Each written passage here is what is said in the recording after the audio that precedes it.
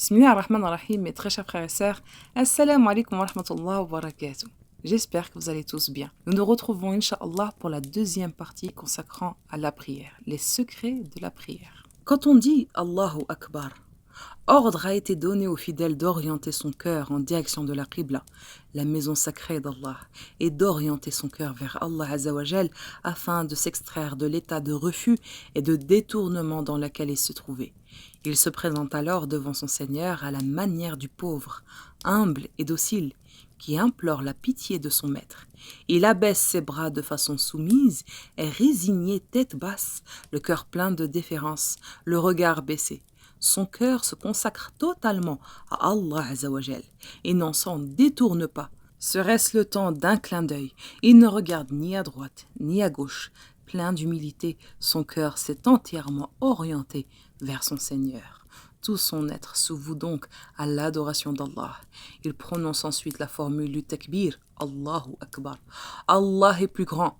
Par vénération et soumission devant sa majesté, son cœur vibre et l'unisson de ses paroles. Et c'est pourquoi Allah Azzawajal est plus grand dans le cœur du fidèle en prière que toute autre chose. Ce takbir indique que rien dans le cœur du fidèle n'a jamais été plus grand qu'Allah et que rien ne l'a jamais distrait de lui. Si jamais il s'avérait qu'il existe dans son cœur quelque chose de distrayant de l'adoration d'Allah, serait-ce la preuve que cette chose est plus grande à ses yeux qu'Allah lui-même? Être distrait d'Allah par autre chose que lui indique que cette chose est plus importante pour soi qu'Allah. Et par conséquent, ce serait prononcer le takbir avec la langue et non avec le cœur, car le cœur s'oriente vers un autre qu'Allah, le vénère et le révère. Si le cœur obéit à la langue lors de la prononciation du takbir, le fidèle s'extrait alors des mailles de l'orgueil qui s'oppose à son état de servitude, et cela empêchera son cœur de s'occuper d'autre qu'Allah.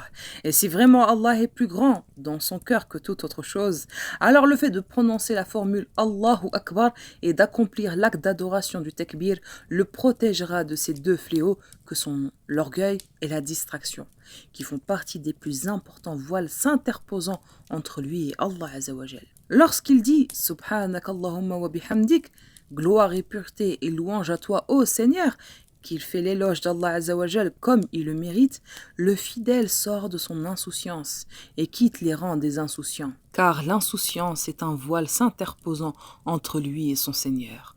Le fidèle accomplit ainsi le salut et fait les éloges par lesquels on interpelle un roi lorsqu'on entre dans sa cour, par vénération pour lui, et afin de préparer le terrain pour la demande qu'on va formuler. C'est donc une glorification et une introduction préalable à la requête.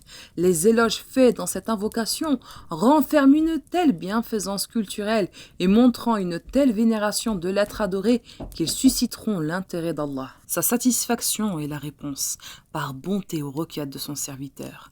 Avant de commencer à réciter le Coran, le fidèle cherche refuge auprès d'Allah contre Shaitan le maudit, car ce dernier accorde une attention toute particulière à tromper le serviteur à ce moment précis, qui est l'état de la plus honorable et le plus bénéfique pour le serviteur dans ce bas monde et dans l'au-delà. Shaitan se soucie donc particulièrement de le détourner de cet état et tente par tous les moyens de s'approprier les mouvements du corps et du cœur de ce serviteur. S'il ne parvient pas à empêcher son corps d'adorer Allah Azzawajal, il s'attaque au cœur et tente de le paralyser en y semant le trouble afin de le distraire de remplir son devoir d'adoration envers Allah Azzawajal. Allah a donc ordonné au serviteur de chercher refuge auprès de lui contre Shaitan, afin que ce dernier ne trouble pas son entretien avec son Seigneur, que son cœur vive, qu'il soit illuminé par les paroles d'Allah, qu'il médite et comprenne les paroles de son maître, qui est la cause de la vie de son cœur, de ses délices et de sa réussite. Ainsi, Shaitan accorde une grande attention à détourner le cœur du but de la récitation. Étant donné qu'Allah Azzawajal connaît la jalousie qu'éprouve Shaitan envers le serviteur et sait qu'il se consacre corps et âme à l'égarer, et sachant qu'Allah est conscient de l'incapacité de l'homme à le repousser, il lui a donc ordonné de chercher protection et refuge auprès de lui afin qu'il l'éloigne de Shaitan. Le fidèle se contente donc de la formule de protection ce qui le soulage de l'effort de combat et de résistance à Shaitan, comme si Allah Azza wa Jal lui disait « Tu ne peux te mesurer à cet ennemi, cherche donc protection auprès de moi et je te protégerai de lui. Implore mon secours, je te secourrai, je me chargerai de lui et l'empêcherai de t'atteindre. » Allahu Akbar. Si donc l'être humain cherche refuge auprès d'Allah Azza wa Jal contre Shaitan le maudit, il l'éloignera de lui. Le cœur pourra alors se consacrer à la méditation des versets du Coran.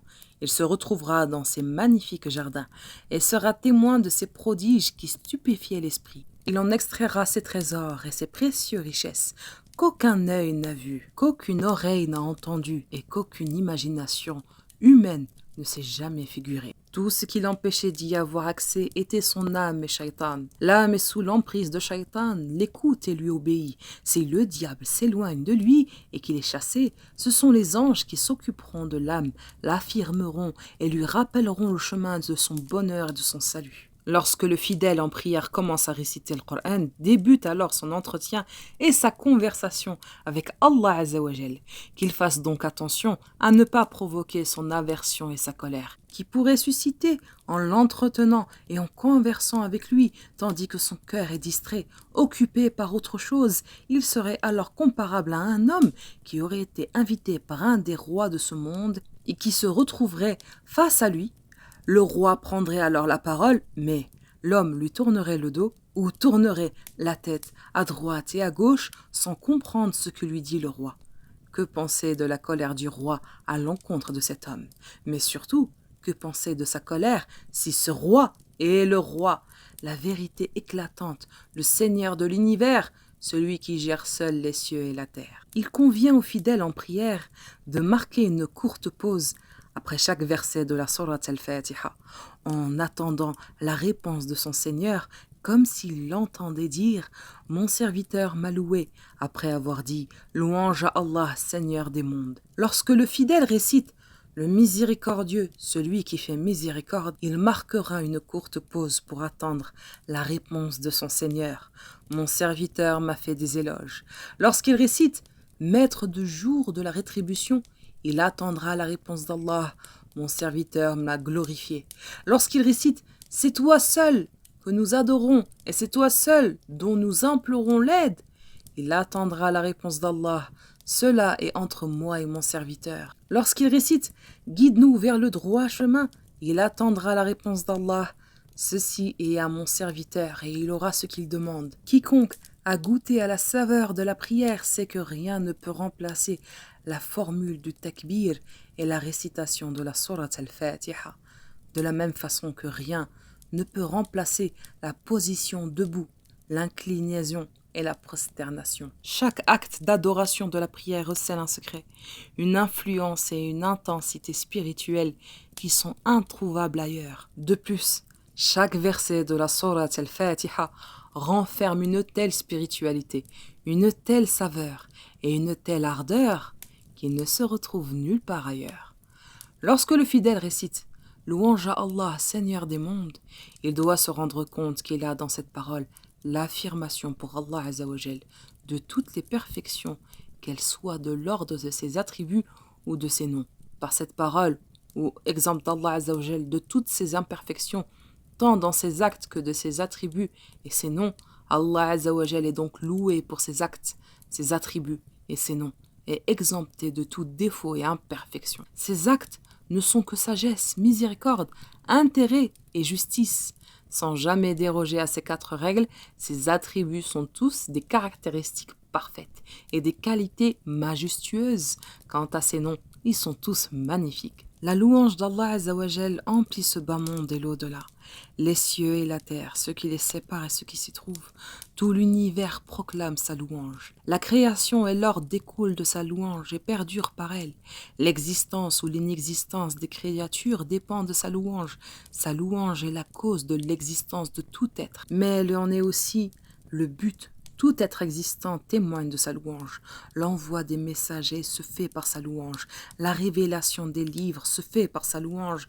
Le paradis se remplit de ses habitants par sa louange. L'enfer se remplit de ses habitants par sa louange. Et c'est sa louange que ces 2 lieux doivent leur existence.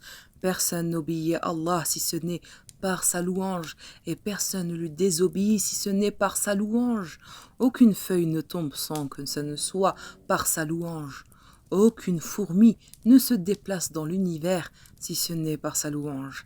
Allah Azzawajal est le digne de louange, même si les serviteurs ne le louent pas de la même façon qu'il est un et l'unique, même si les serviteurs ne croient pas à son unicité, il est la seule divinité en droit d'être adoré, même si les serviteurs ne l'adorent pas. Allah Azzawajal a fait la louange de sa propre personne par le biais du louangeur par excellence, Allah Azzawajal. Comme l'a dit le prophète Mohammed sallallahu alayhi wa sallam, Allah Azzawajal a dit par le biais de son prophète qu'Allah répond à celui qui le loue. En vérité, Allah fait sa propre louange par le biais de son serviteur, car c'est lui qui a permis à la louange d'être proclamée par sa langue et son cœur. Et cette permission est donnée de par sa louange. À lui donc toute la louange, toute la royauté, tout le bien est dans sa main, et toute chose revient vers lui, qu'elle soit apparente ou cachée. Toutes ces notions ne sont qu'une infime portion des enseignements que recèle la louange en tant qu'acte d'adoration. Et la louange n'est qu'une goutte d'eau extraite de l'océan de l'adoration d'Allah. La soumission à Allah par sa louange se manifeste aussi par celui qui suit. Le fidèle doit savoir que les louanges qui soient prononcées pour son Seigneur soient un bienfait que ce dernier lui accorde. Par conséquent, il doit le louer, Allah, pour ce bienfait. Cette dernière louange impliquera de louer Allah pour elle, et ainsi de suite. Par conséquent, si le serviteur utilisait chacun de ses souffles pour louer Allah de lui avoir accordé un bienfait quelconque, ce serait insuffisant au regard des louanges qui devraient à Allah Azzawajal, qui sont immensément plus nombreuses, et absolument personne ne pourrait prétendre avoir suffisamment loué Allah, même si on le louait par tous les moyens possibles.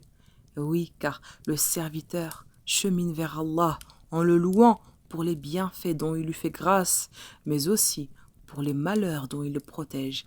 Après l'avoir loué pour les malheurs dont il l'a protégé, il devra le louer pour lui avoir inspiré de le louer. Comme l'a dit un poète en récitant les vers suivants.